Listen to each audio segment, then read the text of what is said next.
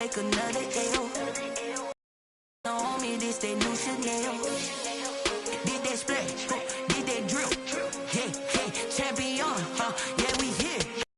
The winning teams, 6 rings with a pinky ring. Everybody used to pick at me, now I'm the one that they picking. Snakes out, they hissing, but I can't hear when the crowd screams. Still balling like an offspring. This for all the ones that doubted me. Gotta lose once to be a true winner. Only want the hunters with the blues in it. Eating blood across it where the blood thinner. Just stay turned like, you know. I've been through that water like Olympic swimmers. Only bread and butter what we ate for dinner. So I had to dream it till the dream is bigger. Only want the gold, we don't need the silver. Gotta be number 1, number 2 never count. Used to have bubble guts competition, now point them out. Making my babies proud, wanna call my mama a house. Coming straight out the south, gotta know juice to end the drought. Yeah, I bought like today from Hard Rock Stadium in Miami, Florida. It's Week 15 of the NFL on EA Sports.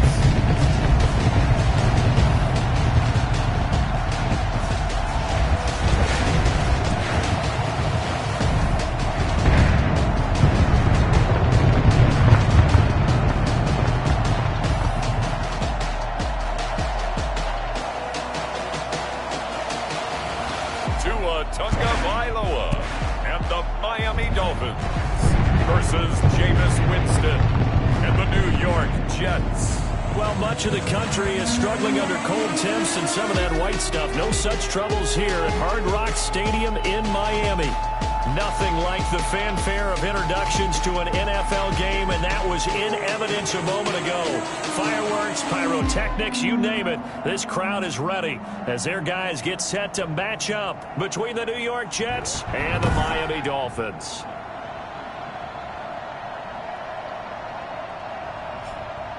Hi, everyone. Brandon Gaudin, Charles Davis. Charles, you look at the Dolphins as they enter play in this one. They come in riding high. Just 1 loss in their last 7 games. It's a very focused team, very disciplined. They've kept the penalties to a minimum, and they're winning football games. Meanwhile, for the visiting Jets, they too were winners last time out, so something's got to give here.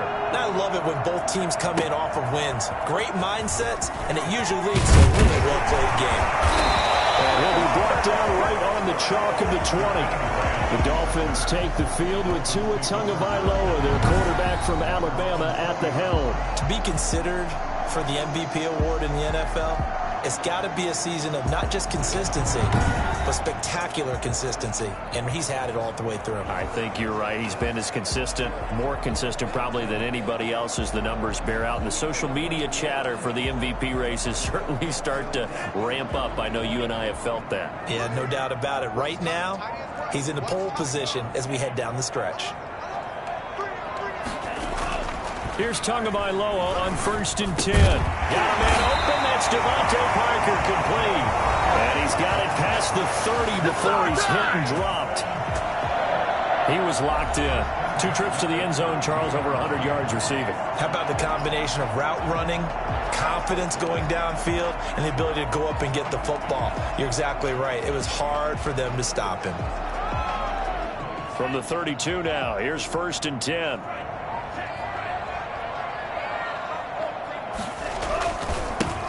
Geis. And he will lose yardage here to the 31-yard line. Officially, it's a 1-yard loss. That's going to bring up 2nd and 11. I like the strategy. Extra tight ends, extra beef. They want to run the football, but that means they probably want to run it inside. If you get strung out on the perimeter, you're in peril. Yeah, we saw the result, negative yardage.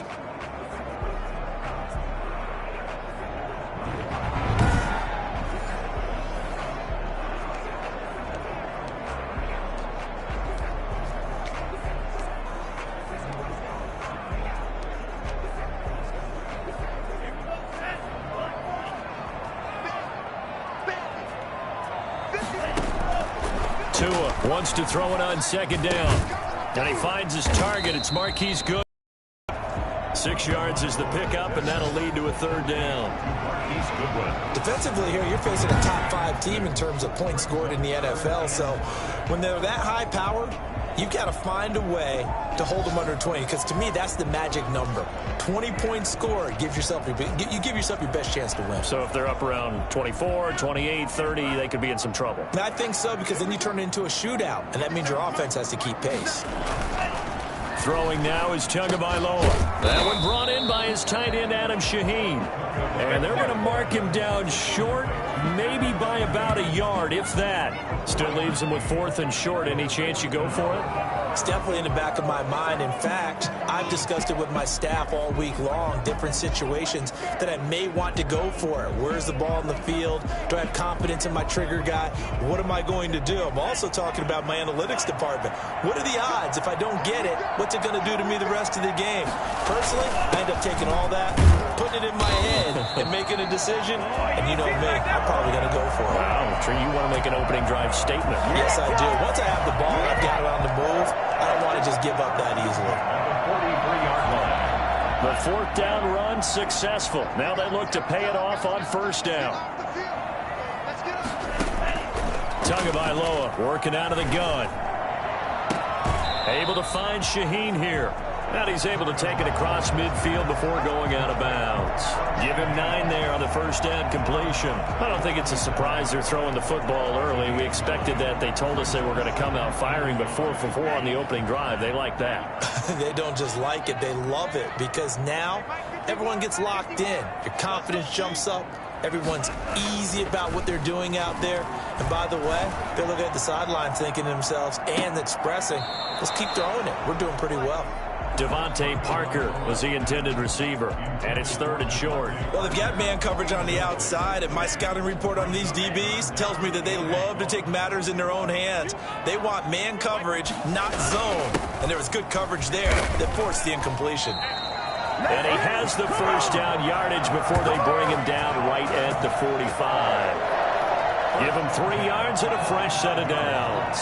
Defense had a chance to get off the field here. The opening drive couldn't do it. I know that we go into these meetings with coaches, and sometimes maybe we can get, a little bit numb, because they're always going to talk about how important 3rd down is, aren't they? Offense and defense. In this case, one capitalized, and the other, as you said, had a chance to get off the field and didn't get it done. Setting to throw on 1st down is Tua, and he whips that one incomplete there.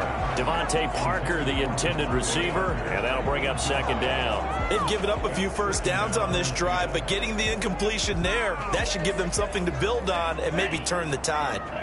After the incomplete pass, here now is 2nd and 10. They'll run the dice. They do get a couple, but they'll be left staring at a 3rd and 8 coming up. Now, that's a mountain of a man that just made that stop, isn't it? But he's more than nimble and quick, more than a space eater. He just made a great play there.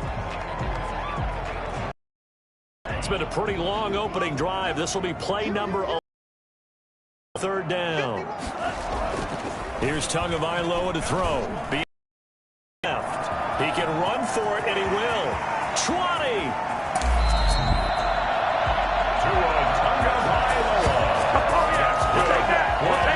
Well, that was something to behold there. You might expect runs like that from a kick returner or wide receiver, but that's your quarterback hitting top speed. And normally when you see guys moving this fast, it might be a fly pattern from a receiver or a toss sweep from a tailback or something like that.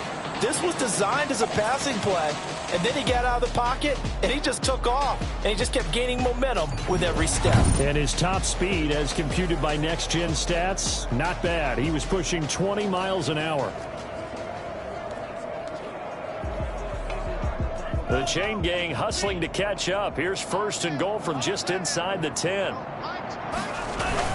Geis, they'll try to run it. And he fumbled it. It's on the ground. And it's scooped up by the Jets. And a big turnover there as his guys will get the football back. So here are the Jets now backed up to start their 1st drive. They'll be under the command of the former Florida State Seminole, the #1 overall pick in 2015, Jameis Winston. And it felt like in watching the game tape, he got everyone involved last week. He was a manager. He really was. That's a great way to put it, because they ran the ball some, they threw it accurately. 1 touchdown pass, so he didn't, break the bank doing that, but he didn't throw any interceptions. That's the bottom line. That's why a defense loves a quarterback like that. Doesn't put them in bad situations.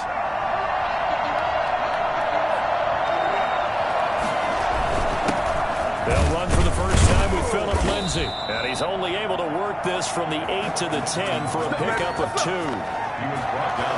Certainly a nice job there by the defense rallying to the football and getting him on the ground. But I think the play gets made by the defensive front. Because if they can't get upfield, their job is to go ahead and get low, almost get into a ball sometimes, stack things up, and make it difficult for the runner to find a hole. Here's a 4-receiver look now. 3 of those guys out to the right side on 2nd and 8. Jameis to throw it. So that time, Charles, quarterback helpless really in the pocket in the face of a pass rush like that. They were on him instantly. And this came from the edge, and those pass rushers, they have so many tricks of the trade to get around blockers. They have a lot of tools in their kit. This was pure speed and athleticism on this play, though, and they could barely get a glove on him before he got the quarterback on the ground. And the next-gen stat's going to show just how much time he had to make a decision, and it's not much. 3 seconds, the final clocking.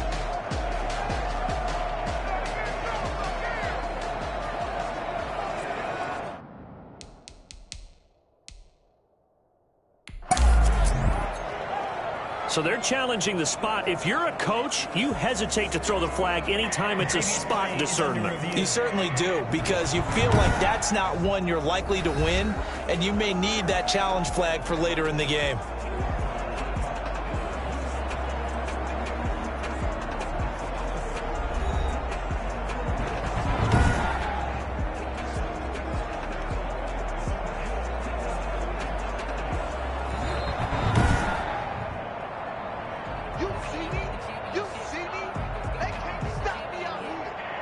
Well, he challenged the play. It did not pay off. And that means he lost a timeout in that challenge. And as a coach, you hate that. Don't know if you took the advice of the player. You threw it yourself, but it didn't go your way. At the end of the day, it all comes back to the head coach. He has the final determination on whether to actually challenge the play or not. In this case, it didn't pay off for him. And that's got to be so heartbreaking. You throw that flag, you probably feel really confident, and then all of a sudden, boom, you lose the challenge. Yeah, when you take a look at it, you're throwing that flag because you believe you're going to be right. And when it comes back the other way, you have to regroup.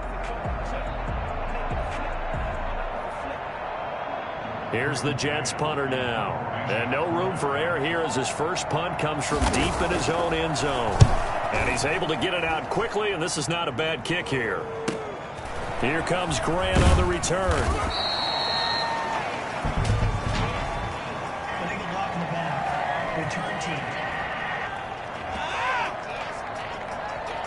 So this will be accepted as it moves the offense backwards.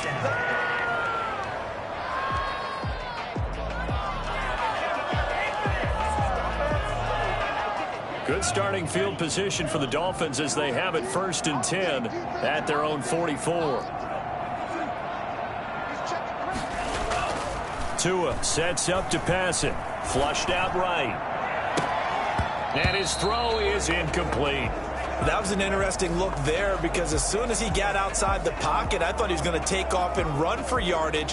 But what often happens now with these quarterbacks who can move, defenses want to try and keep bodies in front of them. And I think that discouraged him from taking off and made him try a pass downfield that fell incomplete.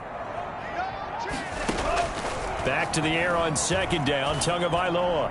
And he fires one incomplete. The intended receiver, Marquise Goodwin, and it's 3rd down. I know he was trying to get the completion downfield, but the way this game has gone, with a few of the runs he's made along the way, he should have kept the ball and taken it with his feet downfield. That's the big play that shreds the defense. Instead, he thought to himself, I'm a quarterback. I've got to throw it. He bailed out the defense with that incompletion. And he's unable to haul it in, so it falls incomplete over the middle third of the field, and that brings up 4th. On 4th down, Matt Hawk is on to punt.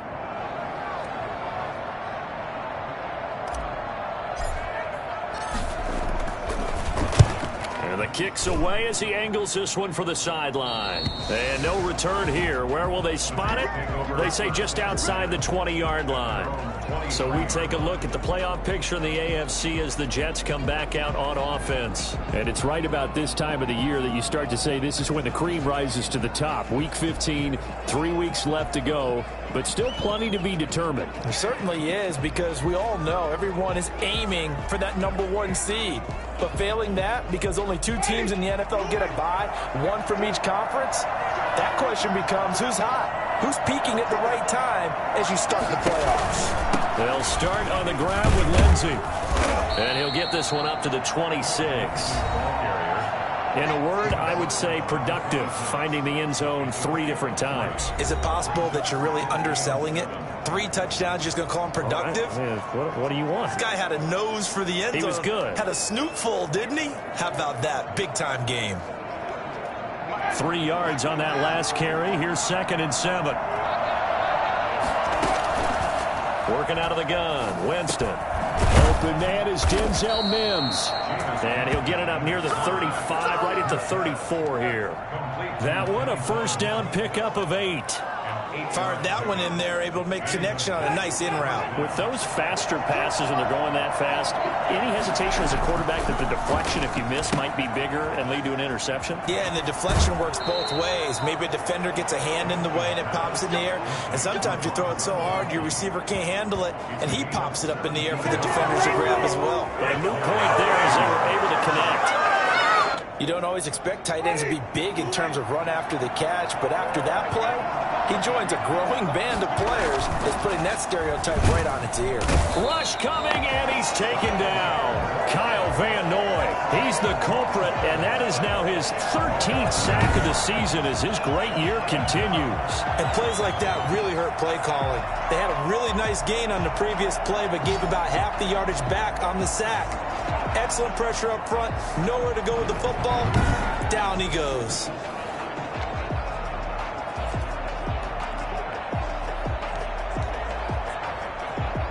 Gotta imagine the pass rush will be equally intense here on 2nd down following the sack. It's 2nd and 18. Another try after the first down sack. Winston rolling to his left. He'll run it. And he's able to get this one out closer to midfield across the 45. He'll wind up with positive yardage. It's a gain of 3. But now it's 3rd down. Okay, he's not going to get the first down, but this is still a nice job of buying some time and then running to get to the sideline and get out of bounds and avoid the big hit. Steps away. He may try and run for this. And they will get this across midfield, but still well short of the first as he's dropped at the 46. Pretty solid gain of 7 yards that time as he scrambled, but now they face a 4th down.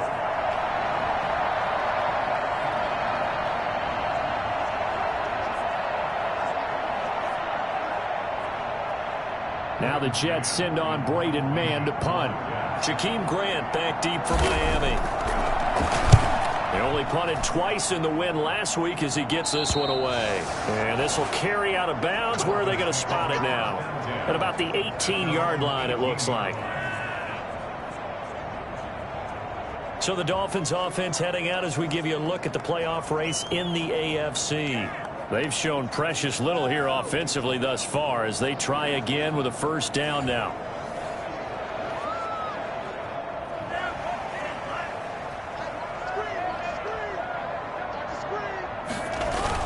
And the drive begins with a run by Geis. A limited running room as he'll get about 3 to the 21.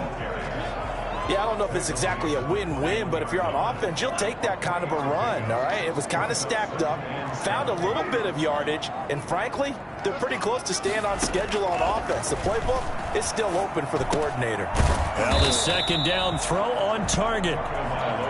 One thing you're hoping for when you run drag routes, you're able to hit a receiver in stride, and he can pick up a lot of yardage after the catch. But in this situation, the defense was effective, able to stop him before he could get a good head of steam going.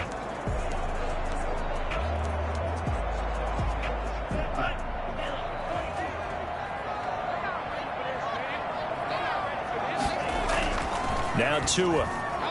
Dancing to his left. He can run for it, and he will. He's got this almost to the 40 before going out. Good work on the scamper by Tagovailoa. It's a first down. That's something you have to be aware of as a defense and have to find a way to account for him. And if you're not going to use a spy, you're telling your guys to keep your eyes on him, because when he breaks out and makes plays like that, all he does is hurt you. Have to at least be able to contain him somewhat. There they could not. So from the 39 now, they'll come up on a 1st and 10. From the gun, it's